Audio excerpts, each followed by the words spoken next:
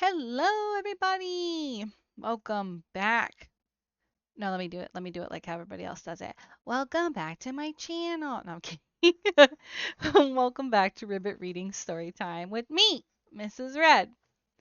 So last week or like a week ago, we took a dive directly into the chapters 1 and 2 of Richmond Survival Camp's newest story, the latest Carnival. And we're back. We are back with two more chapters. Let's see. We're hoping to read through 3 and 4. I think that would be great. Uh, yeah. Yeah. Just a couple more. Uh, yeah. I'm excited. Um, grab your drinks, get your snacks, tissues. Perhaps you need them. Pull up a furry companion. Maybe you have a dog, a bunny rabbit, a little kitty cat, something.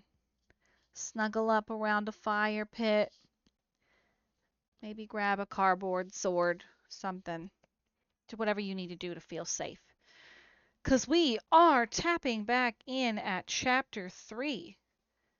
Welcome back to a Richmond legend told in accounts, clippings, witness notes, and the things that nobody ever wanted written down. Chapter 3. What the Town Buried. Grief in a town the size of Richmond was not a private matter for very long. It moves through a place like that the way water moves through low ground, finding every seam, filling every space that will hold it until there's no household left standing entirely dry. The funerals took the better part of 2 weeks. Some families buried their dead within days. Others waited for reasons that had nothing to do with faith and everything to do with the plain, exhausting logistics of grief on that scale. A town's only funeral home suddenly asked to do the work of 10. The Richmond paper, which under ordinary circumstances ran to 8 pages twice a week, printed a special edition that October that ran to 20, and sadly, most of it obituary. And even that, by the account of the young reporter tasked with compiling it, felt like it left things unsaid that really needed saying. That reporter's name was Walter Nash, 24 years old that October, 4 months into his first real newspaper job, and entirely unprepared, as anyone would have been, for what he was about to spend the rest of his working life trying to understand.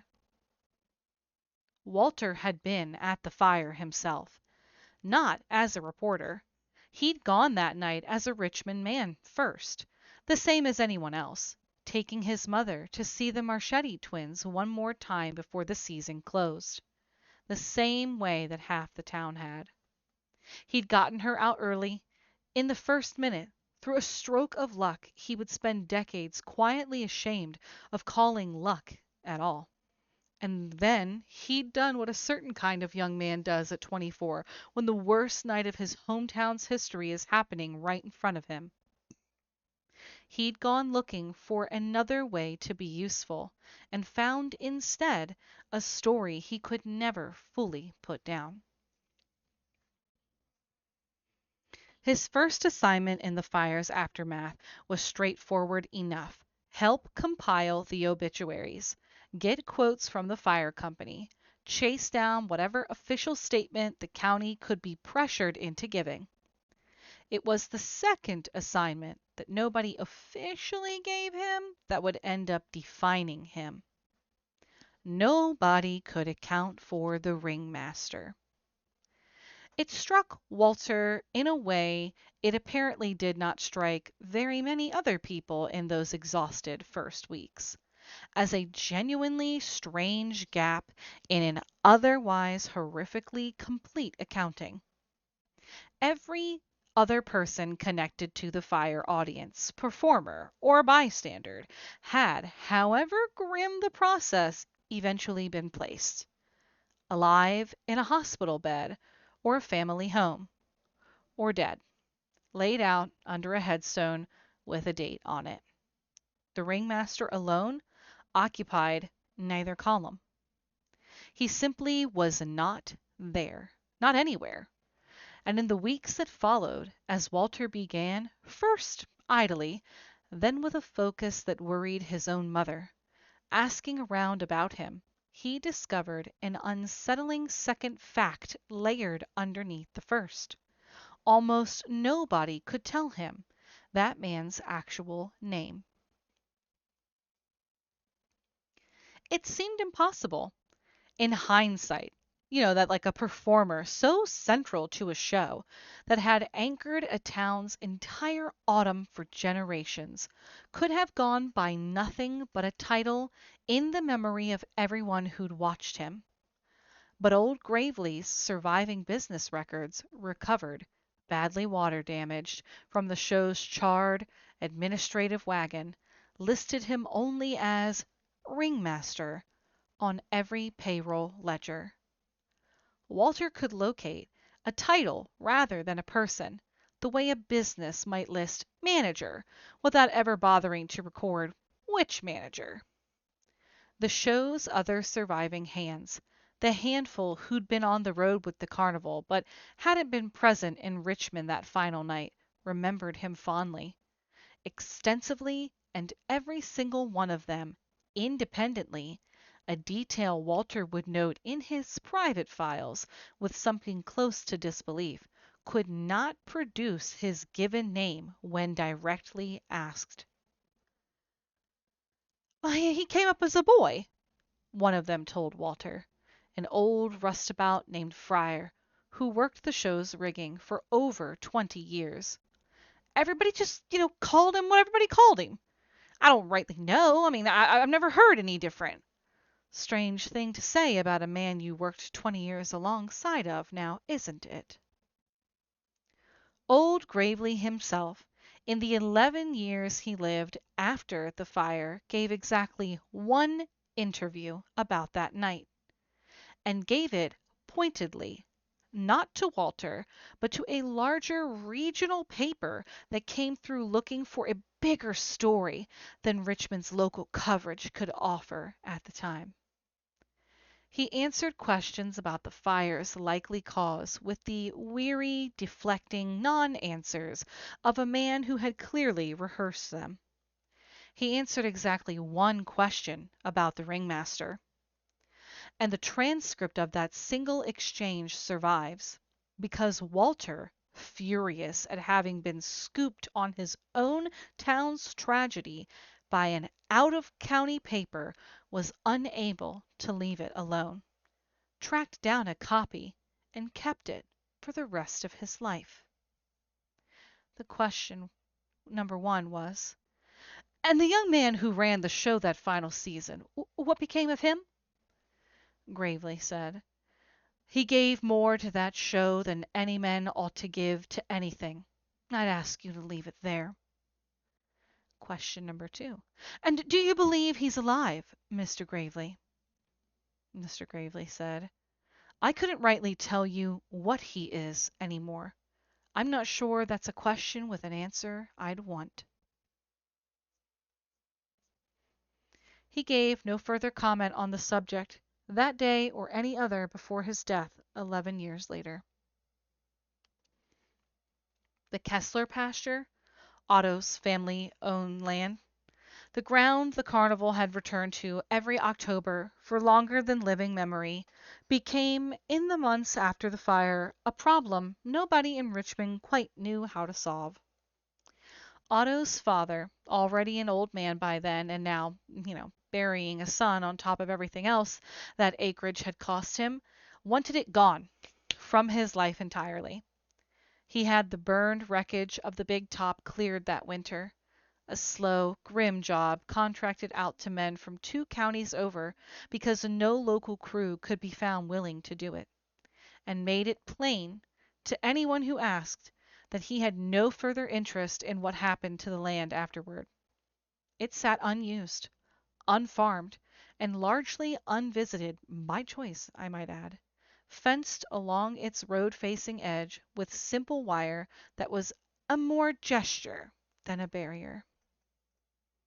Almost everything from the wreckage was hauled off or scrapped that winter. Costumes, wagons, the show's few surviving banners. What could be salvaged was auctioned quietly to settle what remained of the show's debts, and what couldn't was simply disposed of, the way a town disposes of things it would rather stop looking at. Two things were left standing, however. The first was the bell tower. The clearing crew, by more than one account, made a genuine attempt to take it down that winter along with everything else, and gave up on it within the first day, for reasons that, when Walter eventually tracked down two of the men years later, they described with a discomfort that had clearly never fully faded. Ropes meant to pull the structure down came loose without explanation. A block and tackle rig, checked and rechecked, failed twice in ways the crew's foremen couldn't account for afterward. One man climbing to secure a line near the top reported losing several minutes he couldn't ever remember, arriving at the top of the ladder, and then finding himself back on the ground with no memory of the climb down, but his hands raw in a way that suggested he'd descended too fast, gripping too hard, though he had no recollection of feeling afraid. The crew foreman, by the account he gave Walter decades later, as an old man himself, made the call that any reasonable foreman would. "We'll come back in the spring, once the ground's not frozen, and we'll bring proper equipment then." Well, spring came and nobody came back to it.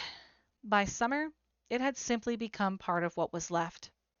A 15-foot wooden tower standing alone in an otherwise empty field, weathering slowly, belonging to no one in particular, and somehow without any single person deciding it, never again seriously discussed as something to ever be removed.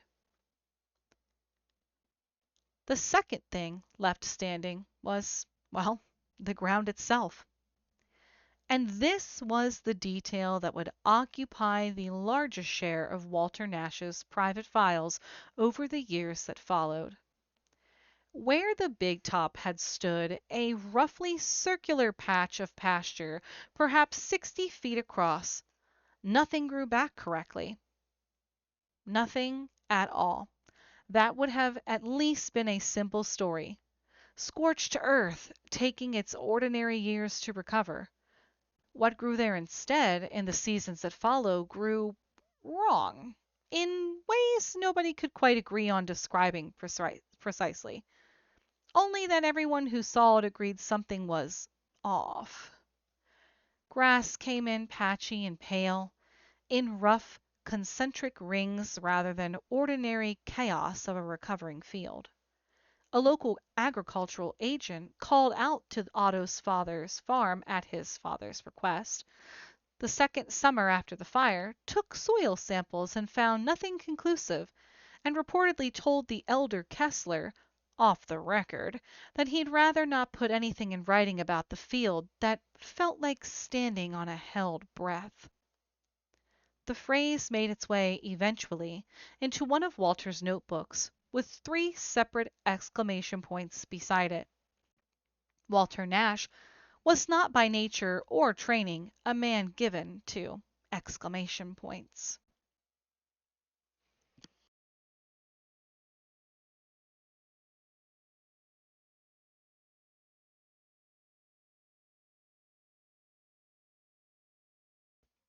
For the first several years, Richmond held a small memorial gathering at the pasture's edge each October.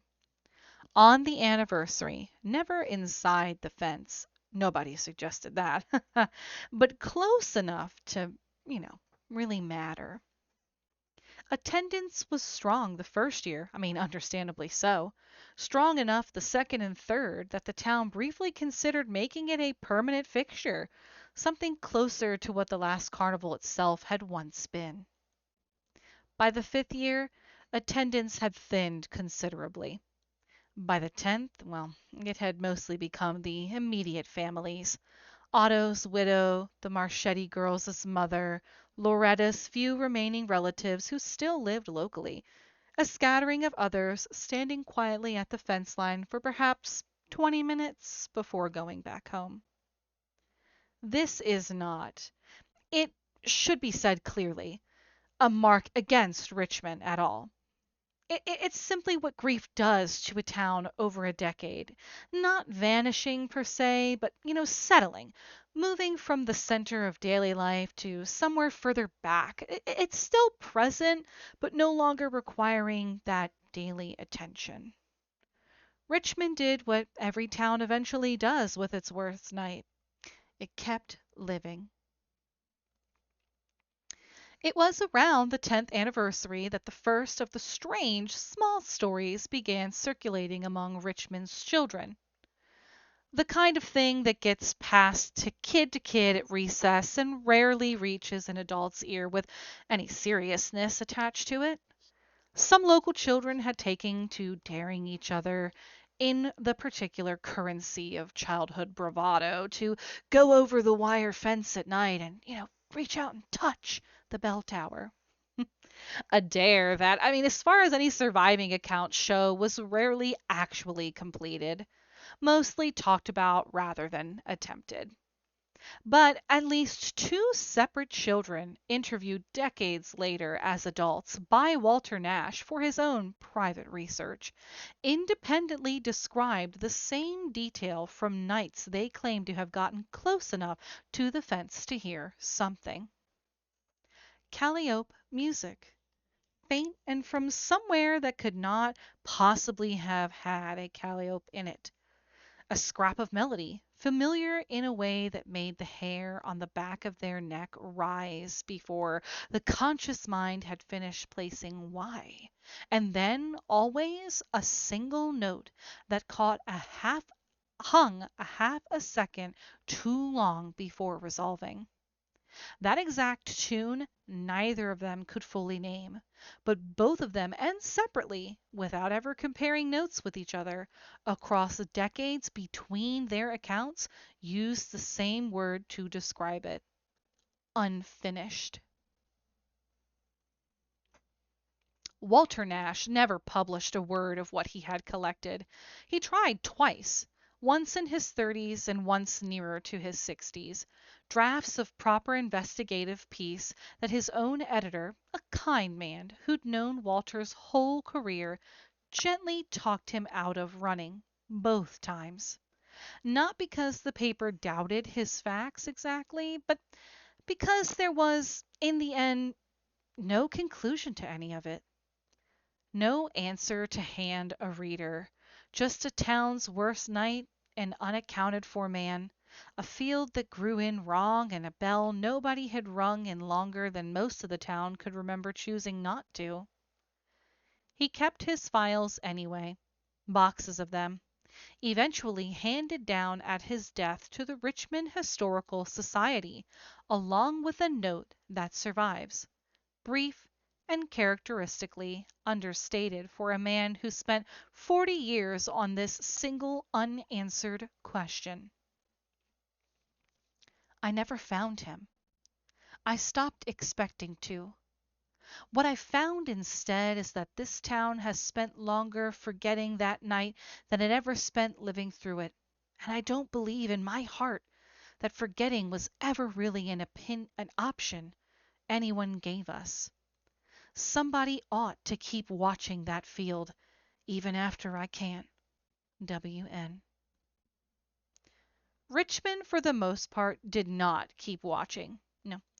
Life went on the way life does, and the pasture at the edge of town became, over the following decades, simply known as a strange spot. The kind every town accumulates a few of. A place teenagers dared each other into. a story parents used to keep children from wandering too far after dark. More legend by then than living memory. It would be nearly 2 decades before Richmond heard anything to suggest the story wasn't finished. And when it finally did, the news would not come from the pasture at all. It would come from another town entirely, 3 states away, in a newspaper clipping that made its way back to Richmond by the most ordinary means imaginable, tucked into a letter from a relative who had no earthly idea what she was describing or why, when her own aunt back home finally read it, and the woman's hands would not stop shaking for the better part of an hour. The end of chapter 3. Wow.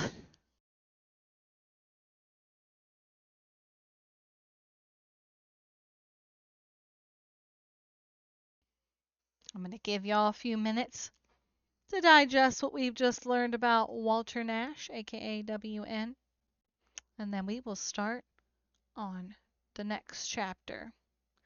You have time to pause right now.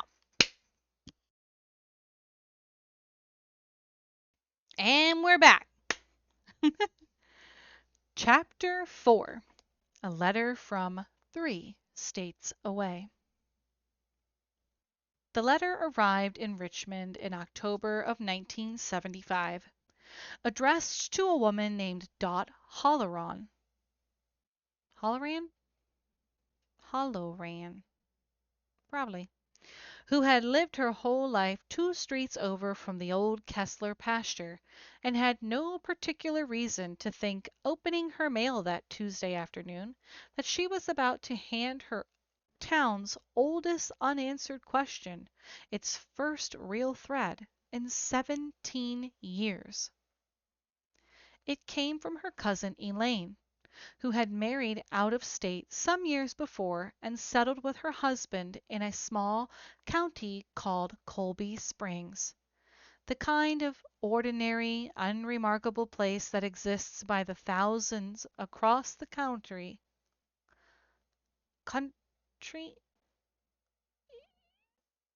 notable for nothing in particular except, as it turned out, for one very bad week that October. Elaine's letter was for the first 2 full pages exactly the sort of letter cousins exchange. A new grandchild here, a church renovation there, a recipe that Dot had asked about back in spring. It was on the 3rd page that the tone shifted. In handwriting Dot would later describe as noticeably less steady than the rest of the letter, as though Elaine had set the pen down and picked it back up again before finishing. "I don't know quite how to write the rest of this," the letter read, in the portion Dot eventually shared with Walter Nash, and which Walter characteristically copied out word for word into his own files rather than simply keeping the original. "You'll have to think I've lost my sense. Dot, I have to tell you something. I have to tell somebody something. And Frank won't hear another word about it in this house. A carnival came through here 3 weeks back. It showed up almost overnight. I mean, nobody could say where from. No advertising done beforehand the way these things usually have. Just tents up in Halverson's back field one morning, where there'd been nothing the evening before. Called itself Gravely's. I mean, if you can believe that's still a name anybody uses for such things. Some kind of wonders show. It ran 9 nights, and everybody in town went at least once, I mean, ourselves included. I'll tell you, honestly, it was about the finest thing I've seen a fair in my whole life. I mean, which is exactly what makes what happened after so hard to sit with. Last night, the 9th, They called it their last carnival of the year. Same as what I recall you telling me your own town used to call theirs years back, before I ever knew you, which I confess I didn't think much of at the time, but I haven't been able to stop thinking of it since. Half the county turned out for that closing show, and by morning, Dot, there was nothing there. Not packed up and gone the ordinary way, mind you. I mean nothing. No wagon ruts in the Halversons' field, which had been soft enough from the rain that week to hold a boot print for a day. No burn marks from the cook's fires, though I watched them cooking on those fires myself not 12 hours before. No trace at all, as if the whole thing had simply been lifted straight up off the ground. And 6 people from this county who went to that last show have not come home. The Delo Cruz boy, old Pete Hannity, who everybody thought had simply wandered off drunk until his truck turned up, still parked exactly where he had left it at the fairground, keys inside, mind you. 2 of the Whitfield girls, a man named Sorrel who worked the feed store, and a woman none of us knew personally visiting from clear across the county, whose family have been calling the sheriff's office every single day since asking questions nobody here has a single honest answer to give them. The sheriff is calling it a highway matter. People who simply chose to move on without telling anyone. Though I don't believe a word of that, Dot. I don't believe he does either. Nobody in Colby Springs wants to talk about the carnival above a whisper anymore, and I can't say I blame them, because there was a man who ran the whole show. The ringmaster, they called him on the posters. No other name given anywhere I ever saw. And Dot, I can't explain it to you. I can't explain why, but something about him has just sat wrong with me every single night since, in a way I can't put a sensible word to. He was charming as anything up on that stage. He was kind to my own grandchildren when they went up for a prize drawing, and I have not slept a full night since that show closed, and neither, I think, has half this county. And I don't rightly know why I'm telling you of all people this, except that something about the word carnival made me think of you, and I remembered, suddenly after all these years, a thing that you told me once about your own hometown. I found I couldn't stop thinking about it until I'd written it down.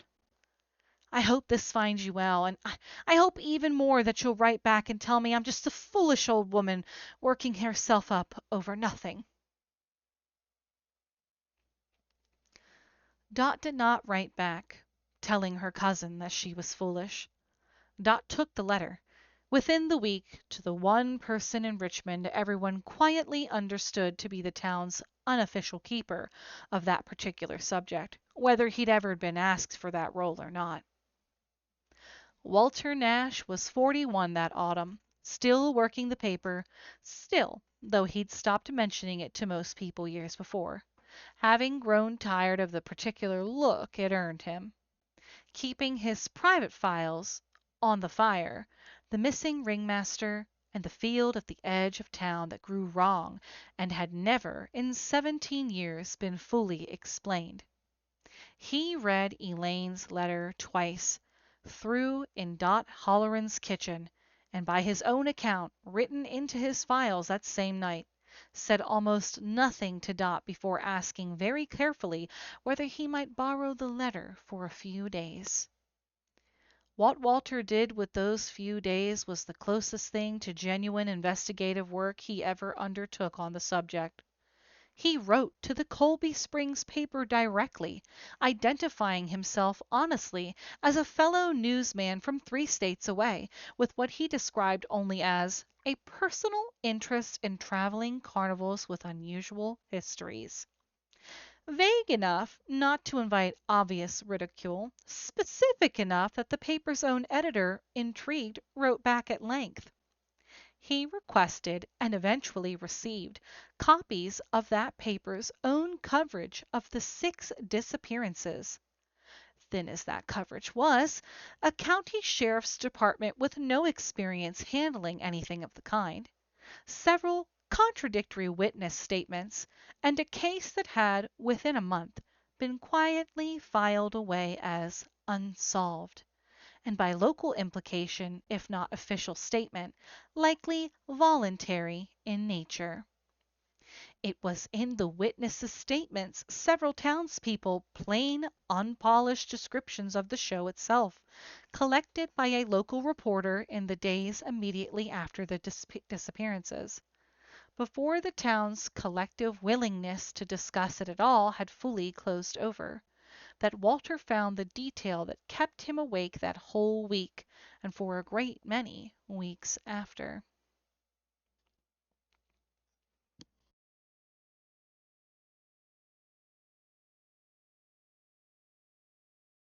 The show's cast, as described independently by no fewer than four separate Colby Springs witnesses who had no apparent reason to have compared notes with one another, matched almost precisely to the description Walter had spent 17 years compiling of the Richmond cast that had died in 1958.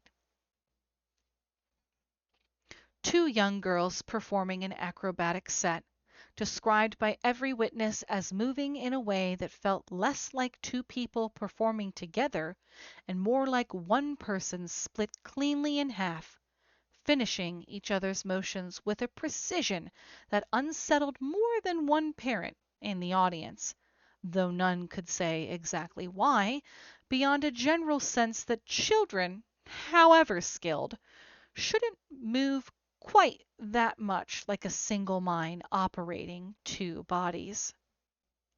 A strong man at the game booth, built like one witness's exact phrase, which Walter copied into his files and underlined twice. Quote, "A man built for a job he'd already finished." End quote. Who lifted weights at the high striker that two ordinary men together couldn't have budged, and who was seen more than once standing motionless at his booth for uncomfortably long stretches of time, watching the crowd with an expression one witness described only as waiting. A fortune teller whose readings had left at least 3 witnesses in tears before the fair had even ended its first night. Apparently, and for reasons none of them would fully explain to the reporter who had asked, beyond insisting, all 3 independently, that the woman who told them something true that they had never told anyone about a fear they hadn't known how to name themselves.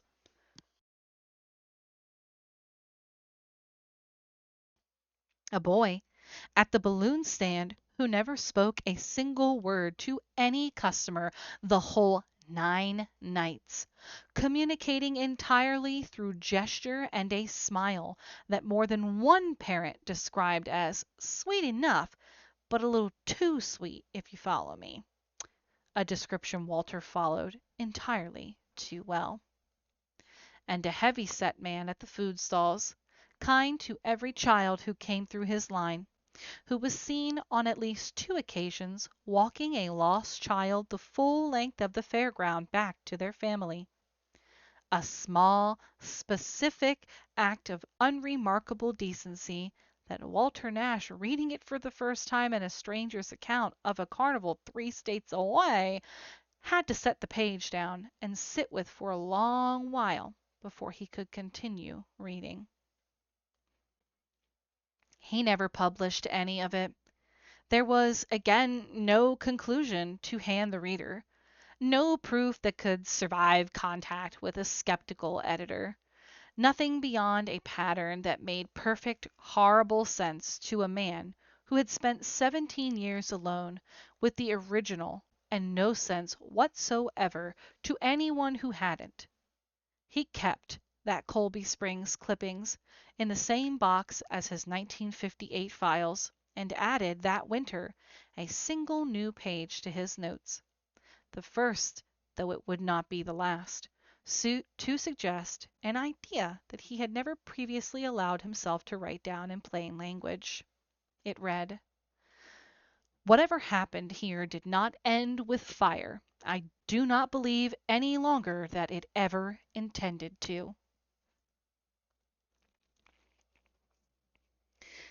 There was one more detail from that autumn that survives only because Walter Nash included it. Briefly, and without much elaboration, in his private files, the kind of entry a careful researcher includes precisely because he cannot explain it away, however much he might have preferred to. On the night he finished reading through the Colby Springs clippings for the third time, unable to sleep, Walter drove out to the old Kessler pasture, something he had not done, by his own admission, in the better part of 5 years, having largely made his peace with keeping his research at a comfortable removal from the field itself. He did not go over the fence.